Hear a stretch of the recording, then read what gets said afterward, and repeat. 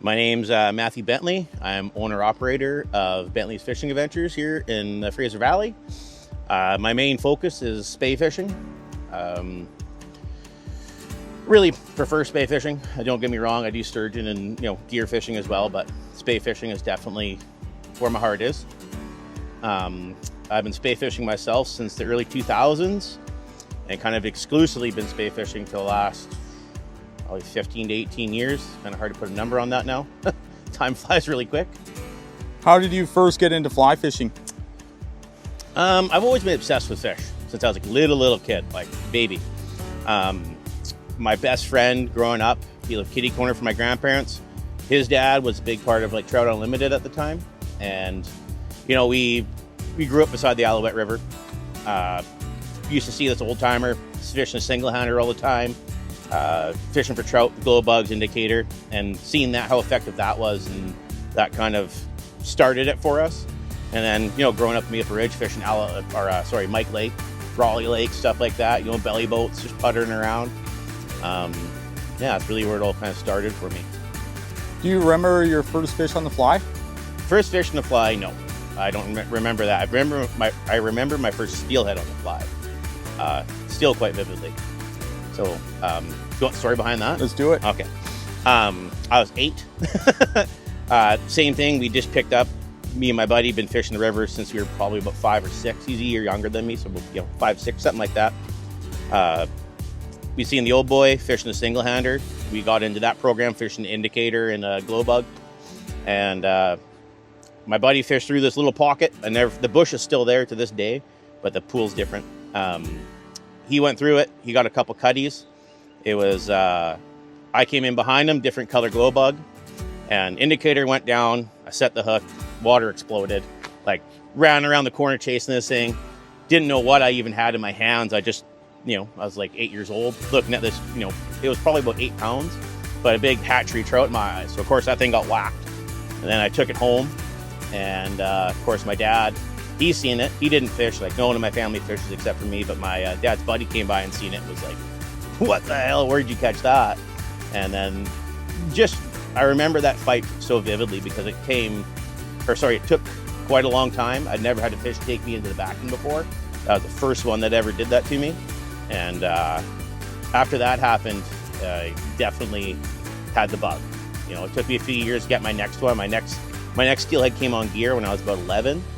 And then from there, I went on a tear from that point. It became clockwork. What's your favorite place to fish and why? Well, they're all kind of a favorite for a time period. Vetter holds a special place in my heart, certain times a year. Just because, there's times that there's no one around, and then there's fish to be had. Fishing the Squamish is another one I love. That's, again, it's all circumstantial. I really have a thing for the skeena. Love the skeena. There's nothing quite like that one, just as far as fish quality and numbers and just the surroundings you're in. You feel very, very small in that valley.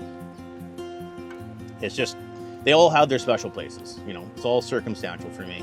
A week here, a couple weeks there. Yeah.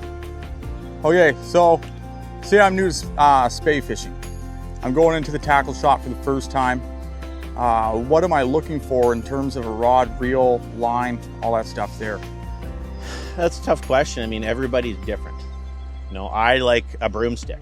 Some guys like really soft action rods. The biggest thing or best advice I could say about that is try many different ones as you can before you spend the money, but definitely spend the money.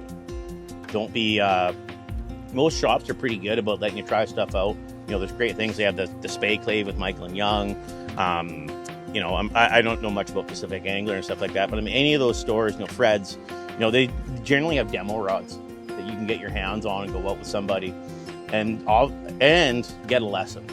If you can combo those two together and bring a few different rods, you can really get a feel for your casting, because your casting compared to my casting, next to this guy, it's all different.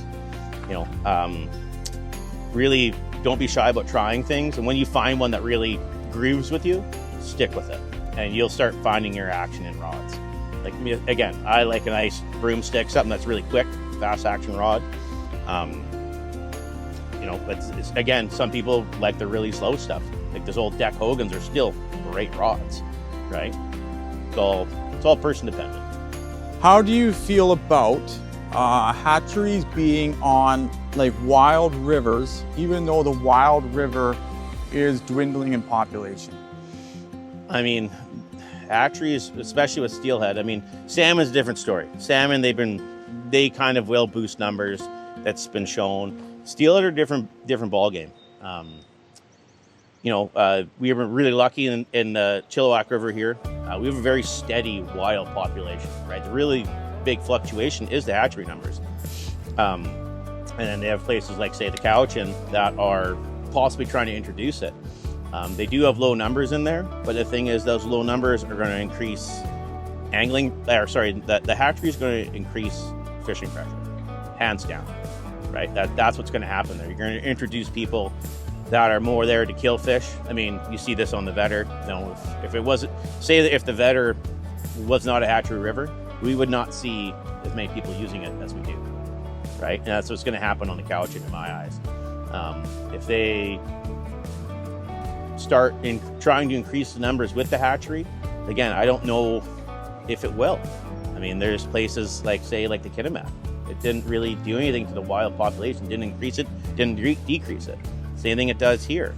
I mean, if you really wanted to do something and increase numbers, we'd have to put the hatchery fish in and not touch it. That's how you would increase them. But again, if you go to a hatchery system, you're gonna have a kill fishery, more than likely bait. So, you know, you're gonna have possible, you know, with bait, you do come those decooked fish, and you're just gonna encounter, you know, fish that have been sitting in a run, and say they're setting up to spawn, they are gonna get caught repeatedly, especially. So is that gonna help them? I don't know. I myself personally, I'm not for it, but you know, that's my opinion of the matter. What does time on the water do for you personally, either physically or mentally? Well, I mean, honestly, it's kind of the only activity I do. Or as far as like mental health, if you would, like it's definitely my happy place. If I need to, you know, something's going on in my life and something I'm struggling with, I mean, nobody's immune, right? Definitely gives me center, you know, brings my chi in, whatever you want to call it. I don't know, just being by water, just, you know, the birds, the silence. You know, a lot of times when I fish, I do fish kind of solitary, just for the silence. I don't know, I've just always been around water, loved water, and just, there's nowhere else I want to be generally. You know, as horrible as that is sometimes to say, right. I guess, right? But I definitely mean, like, you know, you're not gonna see that sitting on the couch. No. Right? Good timing. So That's yeah, hilarious. that's where it gets from me.